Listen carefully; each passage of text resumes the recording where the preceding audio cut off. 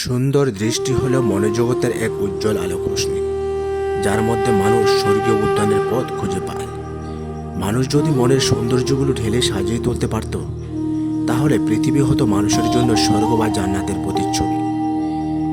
সেখানে থাকতো মনোমুগ্ধকর প্রকৃতির অসংখ্য ভারী ফুলের সমাহার, আর সেই রকমারি ফুলের একাংশের প্রতিচ্ছবি হতো হালকা সুগন্ধযুক্ত সাদা আর গাঢ় বেগুনি রঙের ছটার মিশ্রণে আবৃত গেটে বা বাট ফুল। আপনারা দেখতে পাচ্ছেন গ্রাম অঞ্চলের মেঠো পথে বা পরিত্যক্ত জমিতে থোকায় থোকায় ফুল বসন্তের প্রতীক হয়ে ফুটে আছে, যেন প্রকৃতি আর বাট ফুলের এক উচ্চ পর্যায়ের ঐশ্বরিক মিলবন্ধন। অতঃপর সুগন্ধময় সাদা ফুলের পাপড়িগুলো ঝরে পড়ার সাথে সাথে রক্তের বন্যে রক্তিম হয়ে বসন্তকে আরেকবারের মতো বিদায় জানিয়ে সৌন্দর্যকে বিসর্জন দিয়ে প্রকৃতির কাছ থেকে বিদায় নেয় অবহেলার আরেক নাম গেটে বা বাট ফুল।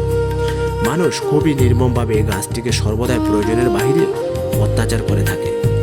এত অত্যাচার সহ্য করার পরেও বসন্তের রঙে রঙিন হয়ে প্রকৃতিকে যে স্বর্গীয় সৌন্দর্য উপহার দেয়, সত্যিকার অর্থে তা ঐশ্বরিক পুরস্কারের দাবিদার। সাবস্ক্রাইব করে চ্যানেলটির পাশে থাকবেন।